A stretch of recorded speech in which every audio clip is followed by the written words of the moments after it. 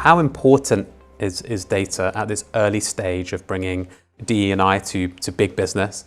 And how do you go about deciding on which data to capture, measure, and play back to the organization? And what do you do with it? So first and foremost, I think the most important data is your people data, right? So your HR analytics, right? Your demographics in regards to who's making up your company. Most organizations today and age have an HRIS system, a human resource informational system, that tells you what you look like inside of your company, right? Now that varies depending on what country and what rules and et cetera. But for the most part, you're able to get analytics around what you look like. That's the first place. I think the other place where you get data from, which is really important, is your financial data, right? Where are you making money and who's bringing in that money? That's your top performers, your high potential employees. Those are the ones you absolutely do not want to lose.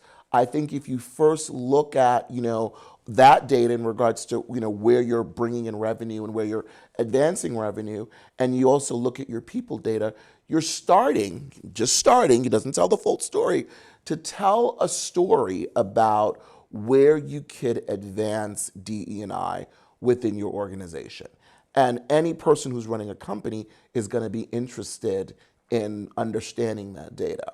A good chief diversity officer will know how to relate that to a plan, right? And a strategic plan in regards to year 1, year 2. I call it 5 years to really have a great diversity strategy that works, right? Because then you can compare, and it's also an uneven number, so it allows you to deal with reality. But that's how you start the conversation about looking. The data does not lie. The data is what it is.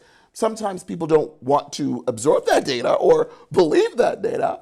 But in most cases, if you're serious around DE&I, which I think as a result of last year, most people are, you start to make those hard choices around investing and putting money into programs and advancing programs, getting rid of some, getting new ones. But you are also now having a conversation with your employees that says they are valued, not just some, but all employees. People understand that it's not going to be perfect all the time, but people understand more when they see that you're trying to help them get to the next stage. I've got a slightly different perspective, actually. Sorry to say it. You'd be amazed how many over 1,000 size company, multinationals that don't have the cleanness of the data that you guys have in terms of they can't tell you who actually works at their company. You'd be amazed. So many of them couldn't tell you the exact breakdown and what the demographics look like, particularly kind of the global organisations we sometimes work with. So I think, but it's great when you have it and you have these people HR analytics teams. Again, so few customers really have that. Obviously you're a data and insights company, right? That's what they do. Moody's are absolutely, top notch for this, but lots of companies don't have the luxury of having HR analytics teams. And then when we think about data and how that informs strategy, we really think about data on 3 levels. The first is awareness and sort of engagement in content, sort of very traditional, how you look at an e-learning platform, I guess. The second, though, that's the one that we kind of can help most with is measuring behaviour change. So how can you measure that people are taking action? So we do that through lots of micro pulses in the work we do, and it means that we can continually check in on what's working and what doesn't, and then most importantly, be really agile about your approach to then go, okay, so why is this getting blocked? What can we understand about it? What's the new content we can put out there? What's the new story? How can we bring in influencers in the organisation to help people get past this? And actually in that piece of data for us as well, we have things like IDing influencers on the tool. For influencer for us, like lots of DEI teams talk about champions and the importance of champions, but actually champions are massively powerful. But how do you spot those other people in your organisation who, when they come and do something, people take notice? They're the ones that will take change in ripples. It means that we go from a George Floyd instant. I have to remember Black Lives Matter has been around for like 7-10 years as a campaign, and it wasn't until last year that he brought the mantle and made it really big. And you rely on other people to keep championing it for you. So only through data you can really see those people. So we'll constantly tell our customers, hey, do you know about X, Y, and Z? Who, by the way, every time they comment on something or share a story, most of the people in that group come back in, and they're the ones that are turning heads, and it might not be the leaders that you think it is. So how do you find those people and actually give them a voice and give them visibility? I think one of the key takeaways from what she just said is the idea that it's correct data, right? Because I think where we kind of differ was, when she said that we'd be surprised that there are a lot of multinational companies out there that don't have the correct data. They don't have the data. So, for us, it needs to be correct so that you have a good representative of where you are now, but more importantly, where you want to go, right? You look at your deficiencies in your data so that you could come up with a plan that works. If you're looking at data that's not correct, your ultimate strategy is probably not going to work. I think for us, the role that technology plays, I think, is really, really key. Because you're not living in a world now where, people don't use technology. COVID changed everything. Unfortunately, it was one of the huge kind of like assets where you were forced to be home, but, our company included, everybody realized that, oh my gosh, that screen, I could do just as much work working through that screen that I would if I'm in the office. And it's the same thing with DE&I, right? Companies are we actually started this process a little bit before with our geolocation strategy, but a lot of companies are realizing what we kind of learned earlier on before COVID was that you could find diverse talent anywhere and have them work for you in that area where they are. So the excuse that, I can't find diverse talent no longer works, right? Because of technologies, because of companies like Hive Learning, where you have an app and where you can, go on a screen and whether it's Zoom or whether it's a Cisco platform or whatever it may be, you can work remotely. We've seen revenues go up. Arguably, you could say people are home and they're working a lot faster, a lot quicker, in a more comfortable way. I'll take it to the point when, Julia mentioned about unconscious bias. And because people are at home, they're a little bit more comfortable telling you, I don't like that, or this didn't make me feel good, in a way that they did it before, just because of that comfort zone. So I think technology is a key piece with whether you're a small DE&I focused company or whether you're a large DE&I focused company. It makes a difference because you could incorporate the data, you could find the people, and you could analyze your success. This ain't easy, right? So what's been challenging? What's been challenging, not just through the pandemic period, in general, about implementing and scaling DEI initiatives? I think one of the challenging things is being, in all places at the same time, right? That's challenging. We're a global company, so diversity. There's a overall global DE&I strategy, but DE&I in the United States looks very different than our DE&I in China or Japan or India. So the challenging piece is when you're looking at, global diversity and you're dealing with, sovereignty, right? And you're dealing with laws and legislation and rules within that country, et cetera. That can be challenging. Think about a lot of the Islamic countries where, they view gender very differently. Not all of them, a lot of them are getting better, but it can be challenging.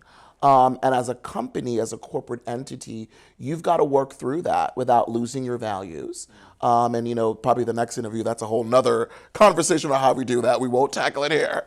But you can do it and not only educate that sovereignty and that entity, but I think make your employees feel a sense of belonging. And if you can accomplish that, it's a great start in a conversation around solving DE&I issues and challenges. Thanks so much. And Julia, from your perspective, what's been challenging? I'm sure there are many, and you've seen plenty across the businesses that you work with. Yeah, what would you call out? I think the consistent biggest challenge is how do you get the well-intentioned kind of majority of your organisation to engage in something like this when they've probably, what we hear more and more, especially with more people from home, is, there's a sort of like so many different tools and so many different messages and comms, and people are kind of, Teams fatigue and all that kind of thing. And I think you do have to, agree that is a challenge, but ultimately people want help, right? And they want to be nudged through it. And a lot of people, they don't not engage in something because they don't think it's important. They just have a lot of things to compete with. So recognizing that, I think one of the biggest challenges we hear is, we consistently have this top 20 or 30% that we kind of are the passionate learners, the passionate DEI groups, the passionate sustainability, and there's always this kind of group of people in an organisation. And then there's typically sort of 10 to 20% that pretty much don't engage in anything. But then we sort of talk about the middle 50%, which are the winnables. Yeah, exactly, the winnables, we call them. And I think, obviously this is a bit of a plug for Hive, but genuinely the thing that drives that audience isn't just great content and experiences, but it is the peer accountability. And you talk about FOMO, across the screens of our developers, they have tickle their FOMO as one of our kind of design principles. So how do you give people the fear of missing out and want to be involved? We also have something called FOBSMO, which is the fear of being seen to be missing out, which is also really powerful. So I know I should be doing something about this. How do I? And the best way to pull those people in. So our notifications that are driven by peers.